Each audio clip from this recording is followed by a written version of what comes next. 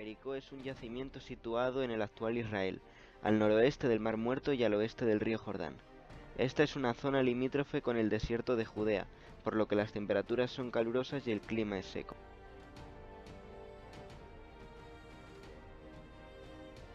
Antes de llegar a ser el hábitat concentrado que conocemos hoy, Jericó tuvo sus orígenes en las colinas cercanas donde existían pequeños poblados temporales, siendo este tipo de pequeños yacimientos dispersos por sus alrededores sus precedentes. El más famoso de estos pequeños asentamientos es Tel el Sultán, de alrededor del 9000 a.C.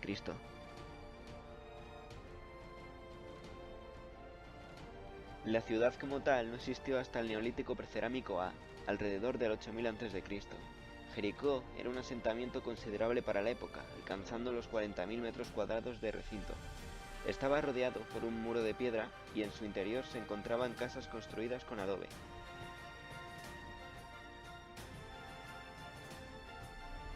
Sobre los años 7000 y 6000 a.C. hay evidencias claras de agricultura, algo que anteriormente no se había podido confirmar.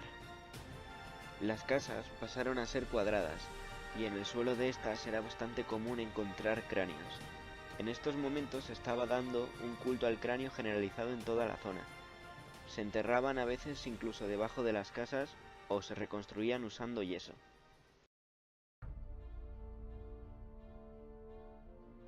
Tras el Neolítico Precerámico B, la ciudad fue súbitamente abandonada, y tras permanecer algún tiempo deshabitada, Jericó volvió a recibir habitantes hacia el cuarto milenio a.C. A partir de esa época, se empiezan a mostrar evidencias de la conexión con otros asentamientos del Levante o incluso de Mesopotamia, permaneciendo en una situación estable y de crecimiento hasta la Edad de Bronce Media. Por aquel entonces, el famoso muro de Jericó ya estaba en pie y era de adobe revestido con piedra colocada de manera ciclópea. Algunos fechan la caída de los muros de la ciudad entre los siglos XVI y XII a.C. Según la Biblia, por su parte, allá por el 1400 o 1250, depende de la interpretación, fue cuando Josué, sucesor de Moisés, asedió la ciudad, derribando las murallas con trompetas. Tras la destrucción, la ciudad quedó marginalmente habitada en favor de otros asentamientos cercanos hasta la época romana. La arqueología ha tratado de resolver los misterios de la caída de Jericó desde distintos puntos de vista, pero el dato que fundamenta esta caída de la ciudad es situar cuándo fue. Desde las excavaciones de la doctora Kathleen Kenyon, entre 1952 y 1958, se pudo fechar la antigüedad de la ciudad de Jericó en torno al 8000 a.C. Esta ciudad neolítica amurallada será abandonada cercano al cuarto milenio y repoblada nuevamente del 3200 al 2300 a.C. Finalmente, la teoría de la doctora Kenyon, junto con otros arqueólogos e historiadores, estipulan una última ciudad, poblada del 1900 al 1550, donde se ve una fuerte destrucción de la misma. Esta teoría rompería la conquista bíblica que Josué realizó fechado entre 1400 y 1200, ya que Jericó habría sido destruida tiempo antes que los israelitas llegaran. Y lo más probable que estos se enfrentaran a algún grupo instalado en la zona durante la fecha que promueve la Biblia. Contra la teoría de Kenyon chocará la teoría de Brian Wood, que afirmará que Kenyon cometió un error al fechar la fase de destrucción de la ciudad, y que realmente la cronología de esta última Jericó coinciden con las fechas indicadas en la Biblia. Cronología apoyada por el estudio que realizó Wood del estilo de la cerámica encontradas en el yacimiento. Pese a ambas cronologías, quedaría establecer la causa de la caída de Jericó, ya fuera por un ataque de algún pueblo dominante como podría ser el egipcio, según la cronología de Kenyon, o un ataque del pueblo de Israel, según la cronología de Wood. Se sabe que la muralla cayó de forma casi completa y posteriormente se quemó la ciudad. A Jericó, sin embargo, se le conoce desde hace mucho tiempo antes de que los arqueólogos empezaran a realizar cualquier excavación o investigación. Esto se debe a que la ciudad es mencionada en el Antiguo Testamento, para ser más exactos, en el libro de Josué, capítulo 6, versículos del 1 al 25, donde se narra la caída de la ciudad a manos de los judíos comandados por Josué, el cual sucedió en el mando a Moisés y que sacó a los judíos de 40 años de bagaje por el desierto. La Biblia cuenta cómo cayó el muro que protegía la ciudad, pero también establece que una parte de este no fue derruido. Para explicar este hecho, la Biblia alude a un milagro divino. Este milagro explica que debido a que una prostituta de Jericó, llamada Rahab, escondió a espías judíos en su casa, le fue perdonada la vida a ella y a todos los que estuvieran en el momento de la invasión en su casa, los cuales eran principalmente su familia. Para que los israelitas pudieran identificar la casa que no debían saquear, Rahab colgó un cinto rojo de la ventana que representaba la marca de sangre de cordero con la que los judíos marcaron sus puertas durante las plagas egipcias. Se cuenta también que la casa de Rahab estaba pegada al muro, lo cual explicaría que esa parte permaneciera en pie. En las escrituras también se hace alusión a que durante los saqueos se le dio prioridad al oro, la plata, el bronce y el hierro, abriendo de esta forma distintas teorías que apoyan o rechazan la veracidad de los relatos bíblicos.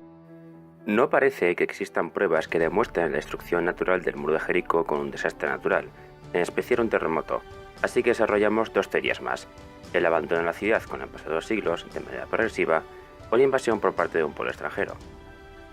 La teoría del despoblamiento progresivo es muy probable, ya sea por causas naturales en el sentido climatológico, cambios en el curso de los ríos o simple y llanamente la población emigró buscando ciudades con mejores calidades de vida. La teoría de las invasiones es la más posible, ya que en la época en la que parecen datar las excavaciones de la ciudad dejan ver que hubo enfrentamientos por el control de la urbe, pues existían los enfrentamientos entre egipcios e hicsos, pero no en la época que establece la Biblia en la que Josué estuvo allí. Y aquí es donde parte la nave del misterio. Según la mitología bíblica, Dios ordenó a Josué que pusiera bajo asedio Jericó, y que ésta caería así, tras 7 días de cerco, 7 paseos alrededor de la muralla con una procesión formada por 7 sacerdotes con una trompeta, llamada sofar, cada uno, y el arca de alianza marcando el paso. Los muros de la ciudad caerían tras un grito de guerra de los judíos, y estos entrarían en la ciudad para poder saquearla. Y funcionó, porque sí, porque Deus vult.